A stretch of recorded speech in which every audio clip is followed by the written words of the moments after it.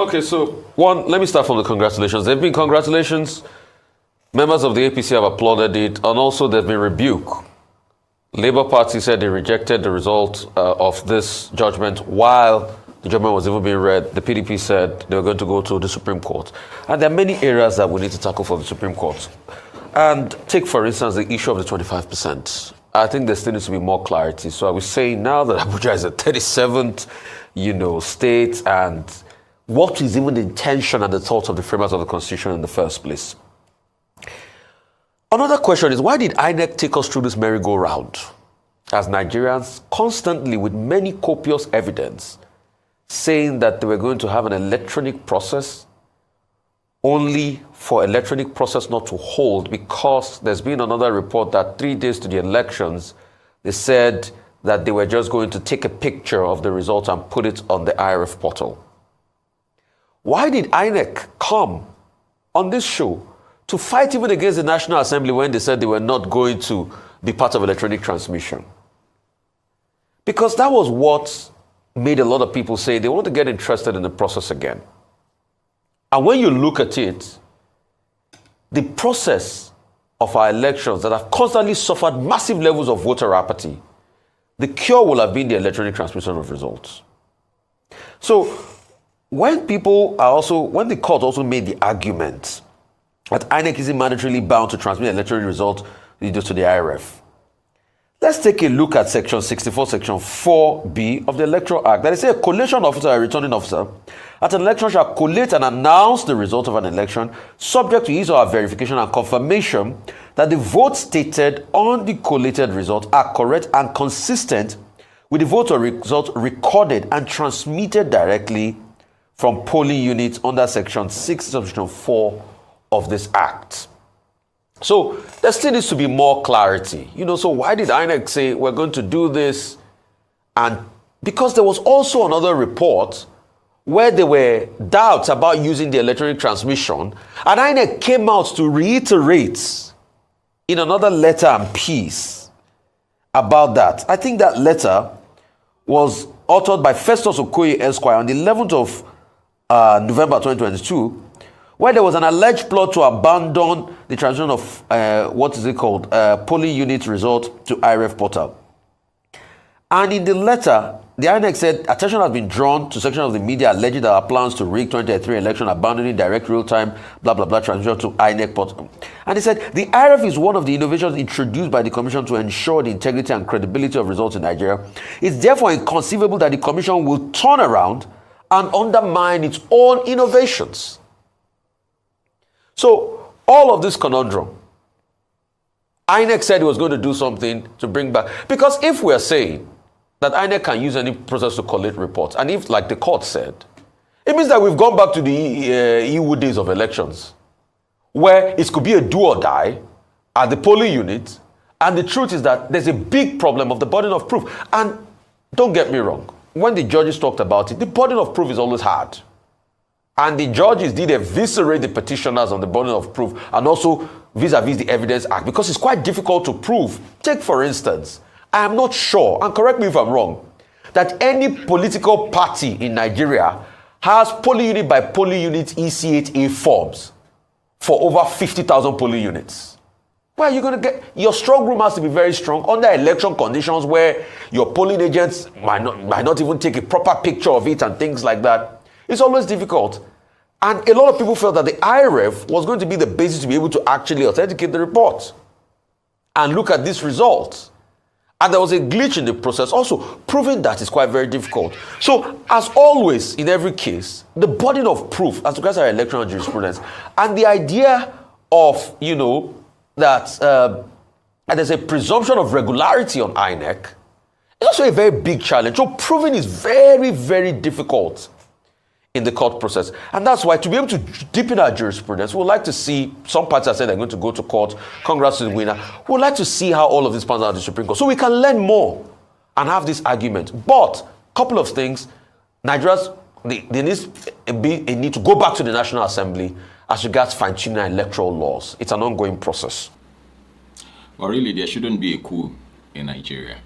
Well, amid calls for military takeover, retired Army General steps in, asks Tinubu to respect the rule of law, promotes good governance to prevent a coup.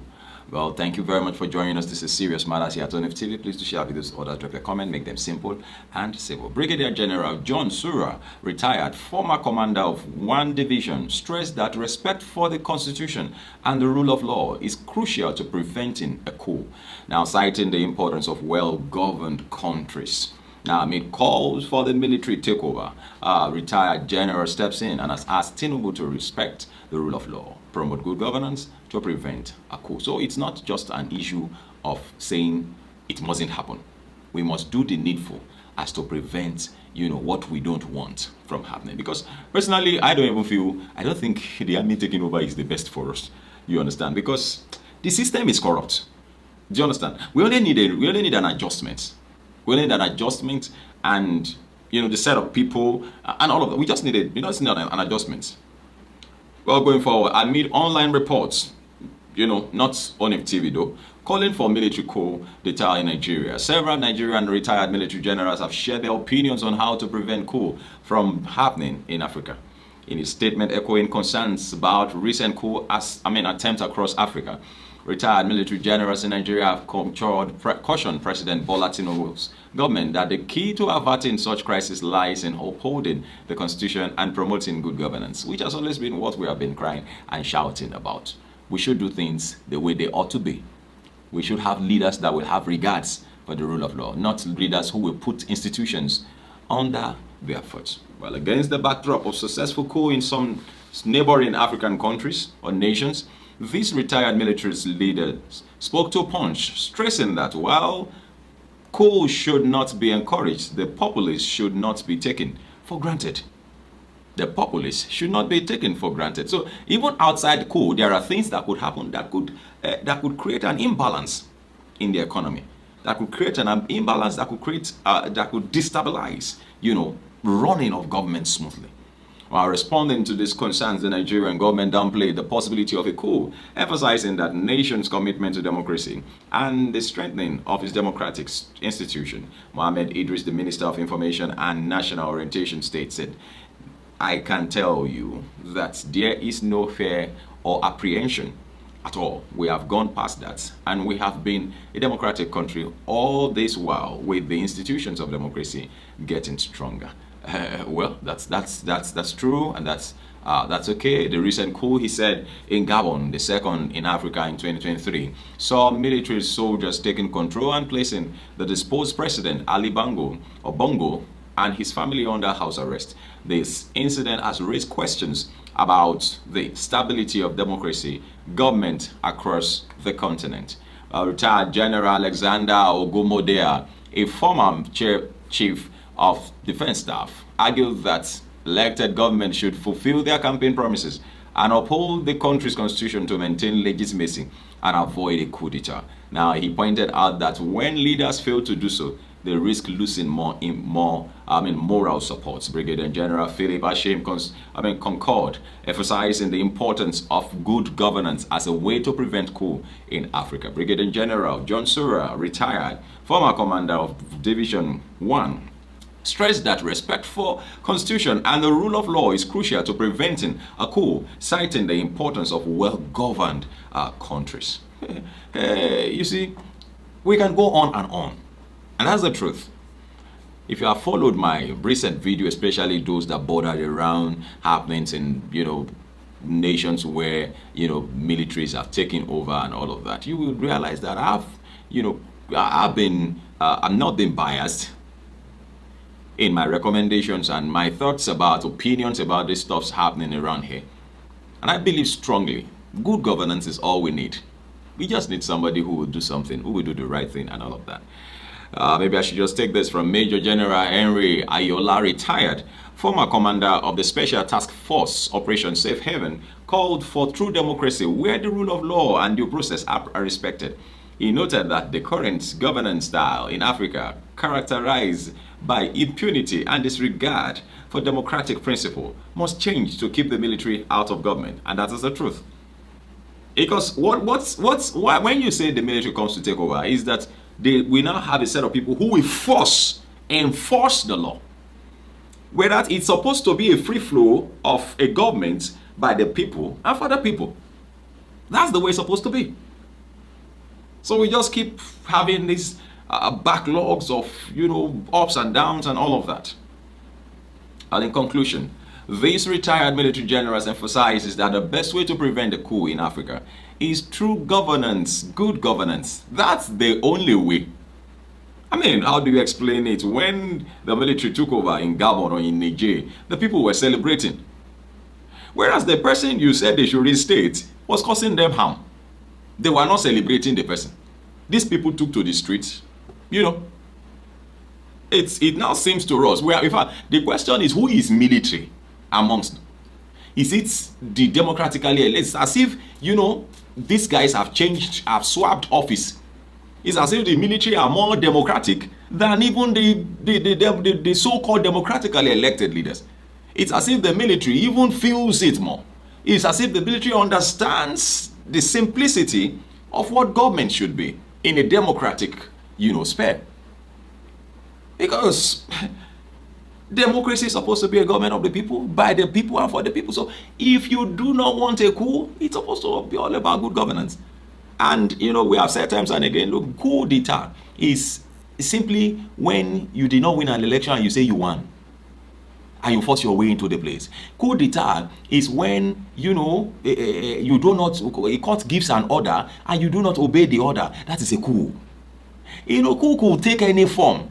It's not only when when military come to take over power. There could even be a coup even in the same government by, within the same democratic or whatever you call it kind of government.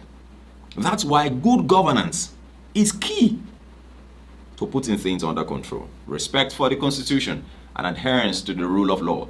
They believe that if politicians fulfill their promises and uphold democratic principles, the temptation for coup will diminish, ensuring a stable and prosperous future for the continent.